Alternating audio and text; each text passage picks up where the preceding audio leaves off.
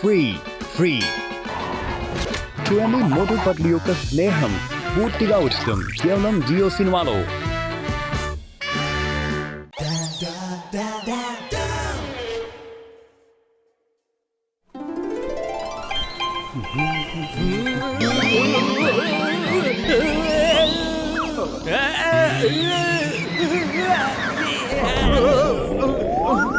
అరే, రోడ్డు మీద చూసుకుని ఎలా నడవాలో తెలియటం లేదా?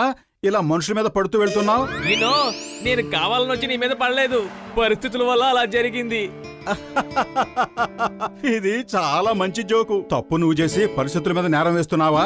సిగ్గులేదా నీకు? అఫ్ కోర్స్ సిగ్గు వేస్తుంది, కానీ దానంతట అదే మళ్ళీ తిరిగి వెళ్ళిపోతుంది. ఎందుకంటే ఇదంతా దానంతట అదే జరిగిపోతుంది. అరే, ఆ విధంగా ఎలా జరుగుతుంది? నువ్వు సరిగ్గా రోడ్డును చూసుకుని నడిస్తే ఈ విధంగా జరగదు. అలాగా అయితే ఓ పని చేద్దాం. నువ్వు అస్సలు తడబడకుండా నడిచి వెళ్ళు, నేను చూస్తాను. నేను ఒక ఏలియన్ని. మా ప్లానెట్ లో నేను అందరినీ ఆట పట్టిస్తుంటాను. అందువల్లే నేను ఇలా తడబడుతూ ఉండాలని శిక్ష విధించాను. ఇప్పుడు నాకు వేసిన శిక్షని నీకు ట్రాన్స్ఫర్ చేస్తున్నాను. అరే, అనవసరంగా బురదలో కాలు పెట్టినట్టున్నానే. నేను తడబడ్డం చూసి నవ్వావు కదా, ఇప్పుడు నువ్వే తడబడుతూ నవ్వుకో. చూస్తాను ఇక నువ్వు ఎలా నవ్వుతావో. నా దృష్టి ఇక నుంచి నీ మీదే ఉంటుంది.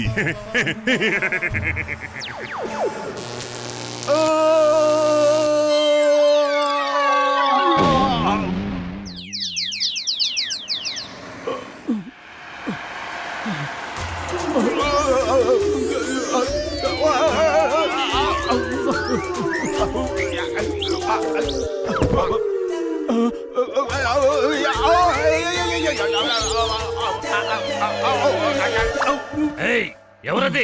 నా తలుపులు బదులు కొట్టేది ఎవరది? చాలా బాగుంది, నువ్వేనన్నమాట. నా తలుపులు కొట్టి మెల్లగా జారిపోదాం అనుకున్నావన్నమాట. అది నీ వల్ల కాదు. పొద్దుటి నుంచి నేను బాక్సింగ్ ప్రాక్టీస్ చేయలేదు. ఇప్పుడు నీతో నేను కొంచెం సేపు ప్రాక్టీస్ చేసుకుంటాను. ఆగు కదలకు, ఇదిగో కాచుకో. వద్దు, నన్ను వదిలేయ్.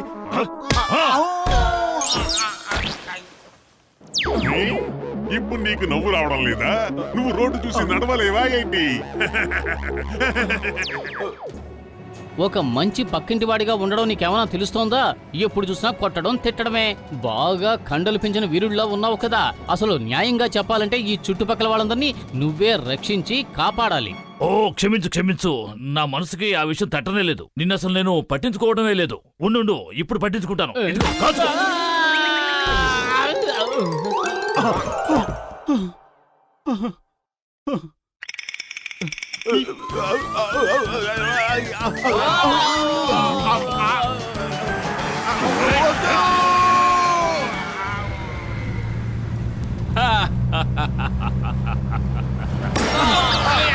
అరే చింగన్ సార్, మీకేం దెబ్బలు తగలలేదు కదా?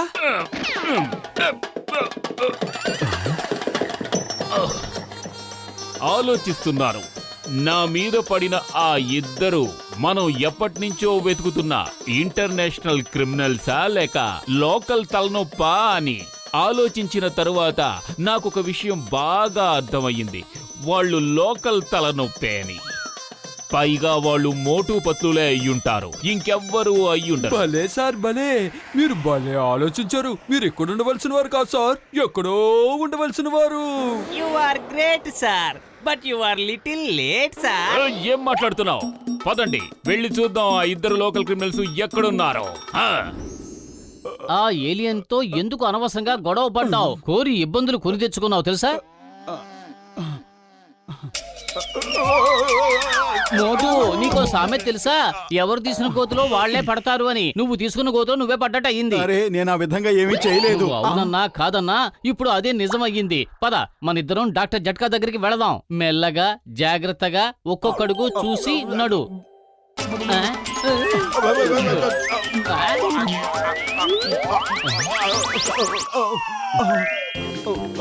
Good idea. బ్యాలెన్స్ చేయి. స్కేటింగ్ చేస్తున్నాను అనుకుని రోడ్లు అలాగే నెమ్మదిగా స్కేటింగ్ చేసుకుంటూ వచ్చాయి.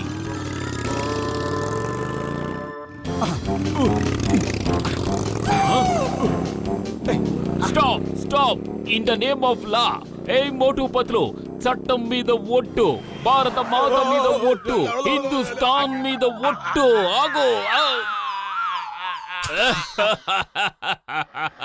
అయ్యమ్మా మోటు, నువ్వు ఈ బాస్కెట్ లో యోగా చేస్తున్నావా ఏంటి? ఈ ఆసనం పేరేంటో చెప్పు. Dust bin ఆసనమా? చింగం గారు, ఒకరు కష్టపడుతున్నప్పుడు మనం వాళ్ళని చూసి నవ్వకూడదు.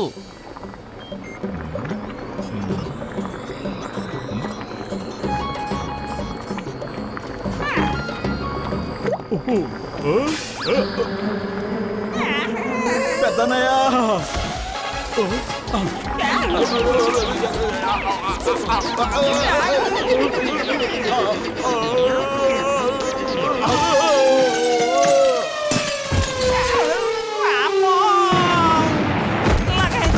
మోటు పత్తులు వచ్చినప్పుడల్లా ఏదో ఒక సమస్య పుట్టుకొస్తోంది. ఒకటి కొంటే ఒకటి ఫ్రీ అన్నట్టు సమస్యలు కూడా అలాగే ఉన్నాయి. నా 20 ఏళ్ల అనుభవంలో ఇలాంటిది ఎప్పుడు చూడనే లేదు. పోయి మోటు నా సహోదరుడా, నా ప్రాణమిత్రుడా, నేను ఒట్టేసి చెప్తున్నాను, నువ్వు గనక వాటిని తొడుక్కున్నావంటే జారటం అనే సమస్య ఉండదు. పెద్దనయ్య, నువ్వు నిజంగా మహానుభావుడివి. మోటు పత్రులు నా మిత్రులారా, నా సహోదరులారా, మనుషులన్నాక ఒకరికి ఒకరు సాయపడకపోతే ఎలా? అందులోనూ మీరిద్దరూ నా ప్రాణ స్నేహితులు, నా సహోదరులు. ఈ షూస్ వేసుకుని ఎక్కడ కాలు పెట్టినా ఆ కాలు అక్కడ లాక్ అయిపోతుంది. ఆ దేవుడి మీద ఒట్టేసి చెప్తున్నాను. థ్యాంక్ యూ పెద్దనయ్య. అయ్యో దేవుడా, నన్ను రక్షించు. సారీ సారీ, నన్ను క్షమించండి. Sorry sorry sorry. కాపాడు, ఏమిటి గసిటరాం, నన్ను క్షమించు. కాపాడండి. ఇప్పుడు నువ్వు ఎందుకెలా అరుస్తున్నావు? నేను నీకు ఆల్రెడీ సారీ కూడా చెప్పేశాను కదా. ఓయ్, సారీ చెప్తే సరిపోదు, ముందా కాలు అక్కడ నుంచి తీ, వాడికి నొప్పి పెడుతుంది కదా. బై మిస్టేక్, తప్పు జరిగిపోయింది. అడ్వాన్స్ గానే సారీ అడుగుతున్నాను. ఎందుకంటే ఇలాంటి తప్పు మళ్ళీ మళ్ళీ జరిగే అవకాశం ఉంది కదా, అందుకు. ఏంటి? ఇలాంటి తప్పు మళ్ళీ చేస్తావా?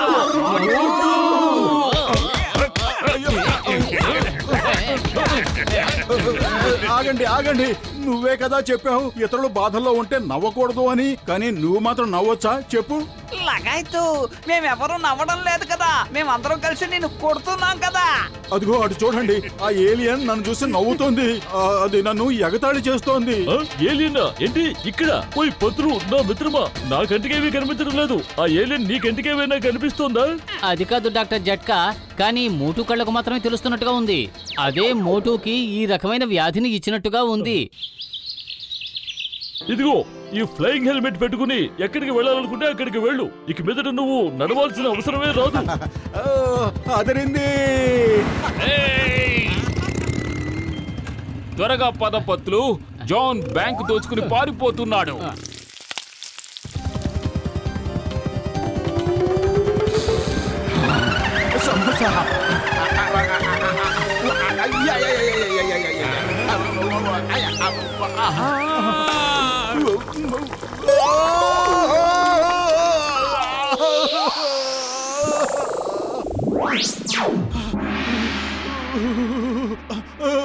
వద్దు వద్దు.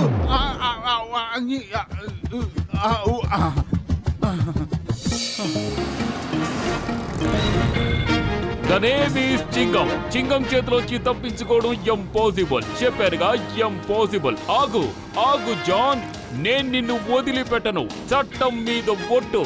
ఆగు.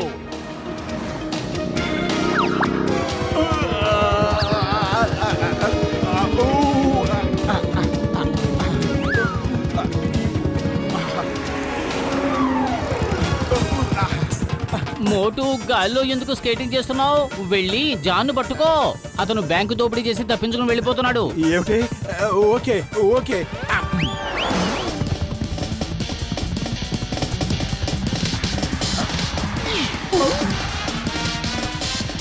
అక్కడే ఆగు జాన్. జాన్!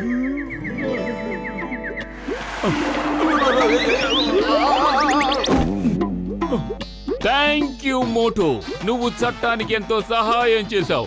ఈ రోజు నీ వల్లే ఈ జాన్ పట్టుబడ్డాడు. అరే అన్నా, ఏలియన్ అన్నా, ఒక్కసారి కిందకి రా.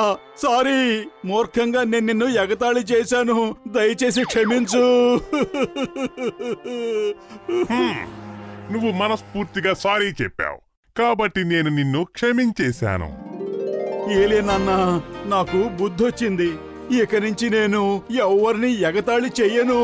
అలాగే నాకు తెలిసొచ్చింది ఎప్పుడు ఓటమిని ఒప్పుకోకూడదు అని. నువ్వు మళ్ళీ మామూలుగా నడవాలని ఒక్క రోజులో ఎన్ని ప్రయత్నాలు చేశావు, కానీ నేను మాత్రం అంతా అయిపోయింది అనుకున్నాను. ఇక నేను కూడా ప్రయత్నిస్తాను, ఎందుకంటే నాకు ఈ శిక్ష నుంచి విడుదల లభిస్తుంది. ప్రయత్నిస్తే సాధ్యం కానిదంటూ ఏదీ లేదు, అలాగే ఓటమనేదే ఉండదు కూడా. అయ్యమ్మా మోటు, నువ్వు ఎవరితో మాట్లాడుతున్నావు? చెంగం గారు, ఇది చాలా పెద్ద కథ. అయితే క్లుప్తంగా చెప్పు. చట్టం మీద ఓటు. ఓకే ఓకే, రండి మనం ఎప్పుడు కూర్చునే టీ కొట్లో కూర్చుని వివరంగా చెప్తాను. ఒక 20-25 సమోసాలు తింటేనే గాని కథనే మీకు వివరంగా నేను చెప్పలేను. పదండి.